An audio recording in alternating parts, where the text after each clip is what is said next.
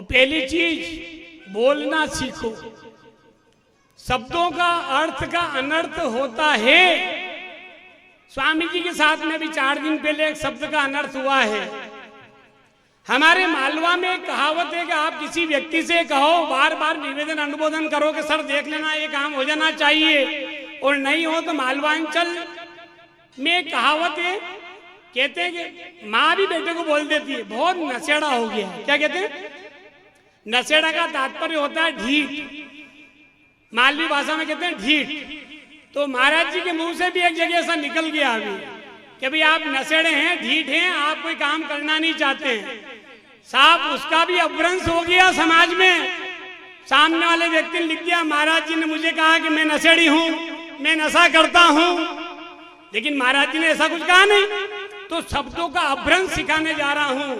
भगवान को लोटा नहीं, भगवान को एक कलश जल चढ़ा सकते हो, लोटे का वो दुरुपयोग नहीं कर सकते।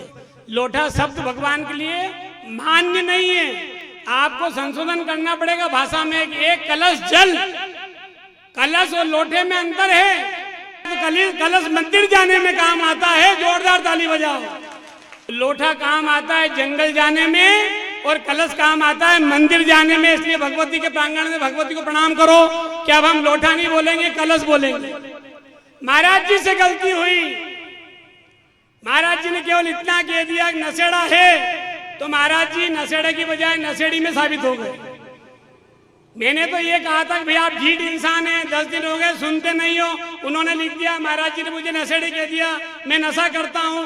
मैंने ऐसा कुछ नहीं कहा, लेकिन अपभ्रंश कर दिया शब्दों का।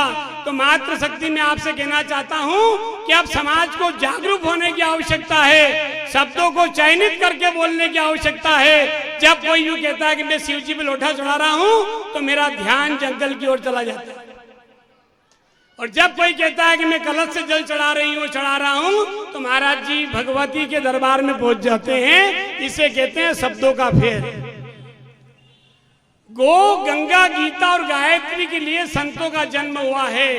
जब कहीं भी गाय को पीड़ा होती है तो स्वामी जी को पीड़ा होती है।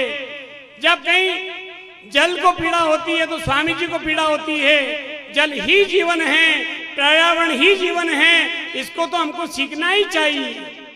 पर्यावरण का संवर्धन करना, जल का संवर्धन करना, समाज को सही सही ज्ञान का बोध कराना, ये संतों का परम दायित्व मेरा लक्ष्य है। मैं अपने लक्ष्य से विचलित नहीं हो सकता।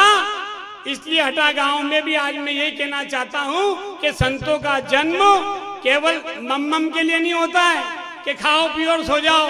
संतों का कार्य है पंखा करना। मैं कल शाम को हटा पहुंचा था, पूरी रात मैंने दिव्य अनुभूति की। मैंने कहा क्या सुंदर तीर्थ है। पूरी नाइट ढोल धमाके बजते रहे। मैंने कहा स्वामी जी धन्य है तीर्थ स्थान, क्या दिव्य अनुभूति है। जहाँ पल पल में नगाड़े बजते हो, ढोल बजते हो, घंटी की खनखनाहट होती हो, वह तीर्थ तो भाग्य और सौभाग्य और परम भाग्य से प्राप्त होता है। हम बड़ भागी हैं कि जब हम तीर्थ प्रयागराज जाने का भी मेरा चिंतन है। और मैं अभी वर्तमान में जब यहाँ से यात्रा प्रारंभ करूंगा, अमरकंटक तक मेरी यात्रा रहेगी। नमामि देवी नर्मदे, नमामि देवी नर्मदे। मैं हटा गांव वालों को बता दूं, ये भारत का पहला गांव है कि जहां एक नदी जब बहती है तो वो दक्षिण से उत्तर की ओर बहती है। तो आपको बहुत बहुत बधाई। दक्षिण से उत्तर की ओर बहने का मतलब है कि यहाँ का वास्तु 100% सही है। आपके गांव में कोई वास्तु दोष नहीं है, इसकी मैं शुभकामना दे के जा रहा हूं। वास्तु शास्त्र ये कहता है कि जिस नगर गांव में दक्षिण से उत्तर की ओर पानी बहता हो, उस गांव में वास्तु दोष नहीं लगता। ये स्वामी कृष्णानंद ने रात में चिंतन किया है।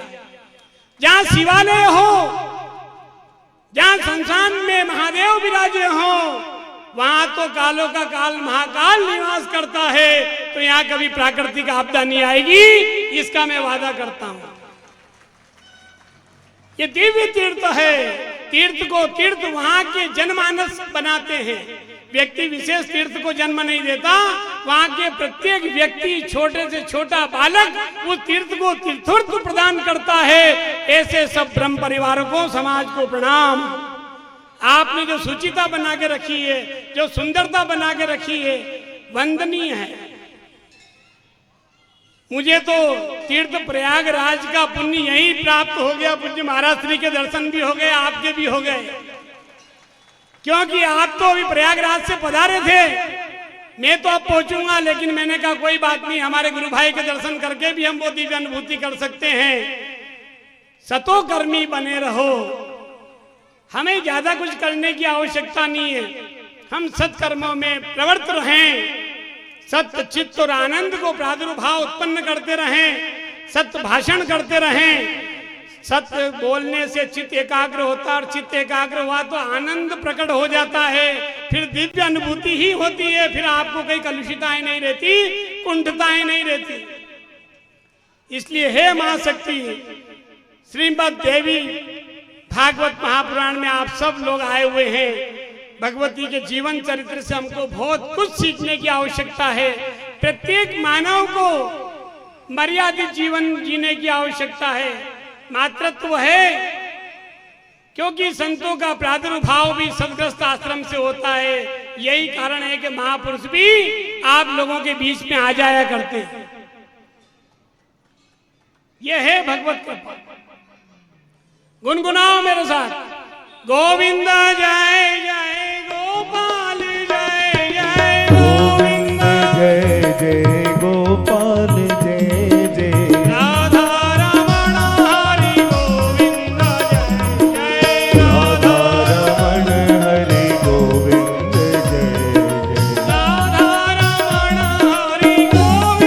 जय जय राधा रमण हरि गोविंद जय जय राधा रमण हरि गोविंद जय जय राधा रमण हरि गोविंद जय जय